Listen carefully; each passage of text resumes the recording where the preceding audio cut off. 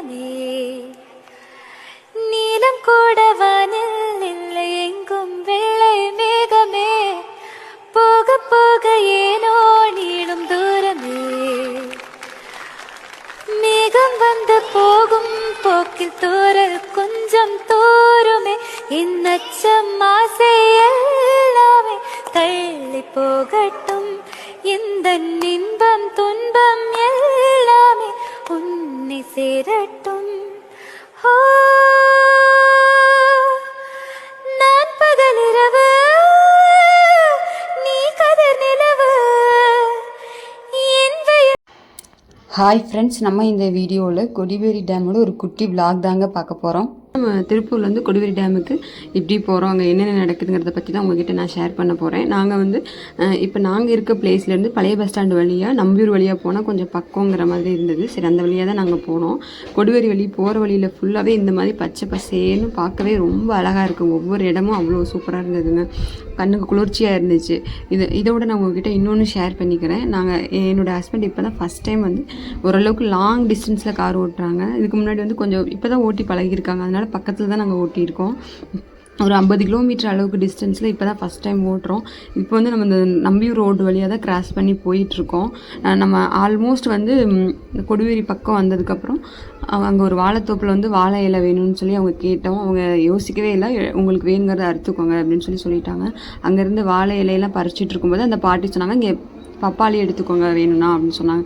சரின்னு ஒரு பப்பாளி 4-5 பழத்தை பறித்து, அவங்க யாருன்னே சொல்ல போனால் எங்களுக்கு தெரியாது, அவங்களாவே வந்து பப்பாளி எடுத்துக்கோங்க அப்படின்னு சொல்லி அவங்களாம் சொன்னாங்க. சரி, அங்கேருந்து பப்பாளியெல்லாம் எடுத்துகிட்டு கார் டிக்கியில் வச்சுட்டு அங்கேருந்து கொடிவேரியை வந்து ஆல்மோஸ்ட் கொடிவேரிக்கிட்டே வந்துட்டோம். கொடிவேரிக்குள்ளே போயிட்டோம். நாங்கள் வந்து ஆல்ரெடி கொடிவேரிக்கு போயிருக்கோம். ஆனால் வந்து என் மாமனார் வந்து கொடிவேரிக்கு போனதில்லை. அவங்க தான் வந்து ஆசைப்பட்டாங்க கொடிவேரிக்கு போகணும் அப்படின்னு சொல்லிட்டு. நாங்கள் போனது சண்டே டைம். நாங்கள் போன டைமில் வந்து ஓவர் க்ரௌடு. கார் வந்து பார்க் பண்ணுறதுக்கே சொல்ல போனால் ஒரு 1/2 கிலோமீட்டர் டிஸ்டன்ஸில் தான் பார்க் பண்ணி ரொம்ப தூரம் நடந்து போயிட்டு இருந்தோம். நாங்கள் வேறு வீட்டிலேருந்து சாப்பாடு எல்லாமே சமைச்சு நம்ம சாப்பாடே தூக்கிட்டு டேமுக்குள்ளே என்ட்ராயிட்டோம். என்ட்ராக பார்த்தீங்கன்னா ஒரு ஆளுக்கு 5 rupees டிக்கெட் பே பண்ணணும். அந்த டிக்கெட்டு கூட அவங்களால ப்ராப்பராக கொடுக்க முடியல. ஏன்னா அந்தளவுக்கு ரொம்ப ரொம்ப கும்பலாக இருந்தனால நாங்களும் இந்த பக்கம் பார்த்தீங்கன்னா அந்த சைடில் போனோம்னா பார்க் இருக்குது. அந்த பார்க் போல் நேராக நம்ம டேமுக்குள்ளே போயிடலாம் அப்படின்னு சொல்லி டேமுக்குள்ளே போயிட்டோம்.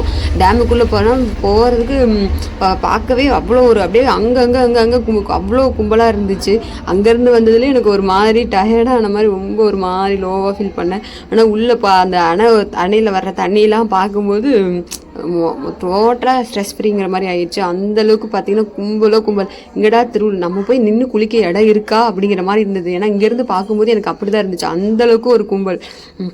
எந்த பக்கம் போகலாம் அப்படின்னு சொல்லி இங்கேருந்தே பார்த்துட்டு தான் இருந்தோம்.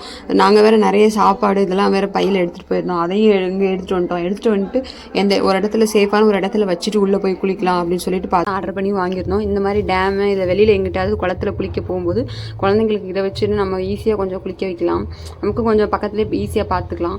சரின்னு சொல்லி நாங்கள் அந்த அருவி கொட்டுற இடத்துக்கு உள்ளே போய் குளிக்கலாம் அப்படின்னு சொல்லி எனக்கு ஆசை. சரி போகலான்னு பார்த்தா நான் செப்பல் போட்டு ஃபஸ்ட்டு போனேன். அது கொஞ்சம் ரொம்ப வழுக்கிற மாதிரி இருந்துச்சு. சரி செப்பல் கழட்டி வச்சுட்டு போகலாம் அப்படின்னு சொல்லிட்டு நான் திரும்ப வந்துட்டேன். செப்பலை கழட்டி வச்சுட்டு திரும்ப போனேன். அங்கே இதான் அவங்க தாத்தா அப்பையும் பார்த்தீங்கன்னா கொஞ்சம் அருவியோட இந்த பக்கமே முன்னாடியே வந்து உட்கார வச்சு பாப்பா வச்சு விளாண்டுட்டு இருந்தாங்க. கொஞ்சம் நேரம் நாங்களும் உள்ளே போய் விளாண்டுட்டு அதுக்கப்புறம் வெளியே வந்துட்டோம். வெளியே வந்து பார்த்தீங்கன்னா இந்த இடத்துலையே வந்து சும்மாவே ஒரு 1 hour 2 hour பக்கம் தண்ணிக்குள்ளேயே தான் உட்காந்து சும்மா தண்ணியோட தட்டி விளாண்டுட்டு இருந்தோம்.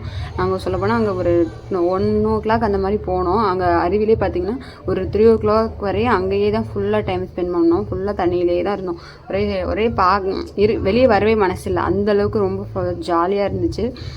ஆனால் கொஞ்சம் பசி தான் அதிகமாகிடுச்சு. சரி 3:30 போல் நாங்கள் எடுத்துகிட்டு போன சாப்பாடு அங்கேயே உள்ளே வச்சு சாப்பிட்டா இன்னும் நல்லாயிருக்கும் அப்படின்னு தோணுச்சு. சரின்னு அங்கே நாங்கள் கொண்டு போன சாப்பாடை வந்து பார்த்திங்கன்னா என்ன சாப்பாடுனா மீன் குழம்பு, மீன் வறுவல், சாப்பாடு, இது 3 எடுத்துகிட்டு போயிருந்தோம். அந்த சாப்பாடை அங்கேயே ஓப்பன் பண்ணி அங்கேயே சாப்பிட ஆரம்பிச்சிட்டோம். சாப்பிடும்போது பார்த்திங்கன்னா சாப்பாடு எப்படி இறங்குச்சுன்னு தெரியல, அந்தளவுக்கு ஃபாஸ்ட்டாக கரகரன்னு ரொம்ப பசி ஆயிடுச்சு. எல்லாருக்குமே நல்லா டக்குன்னு சாப்பிட ஆரம்பிச்சிட்டோம். சாப்பிட்டு முடிச்சுட்டு ஒரு 4 o'clockலாம் பார்த்திங்கன்னா 4 o'clock 4:30 போல் பார்த்தீங்கன்னா மழை அப்படியே காற்று மழையும் அடிச்சுட்டு வர ஆரம்பிச்சிருச்சு. அந்த மாங்காய் மரத்துலேருந்து மாங்காயாக பொத்துன்னு விழுவுது. எல்லாம் அங்கேருந்து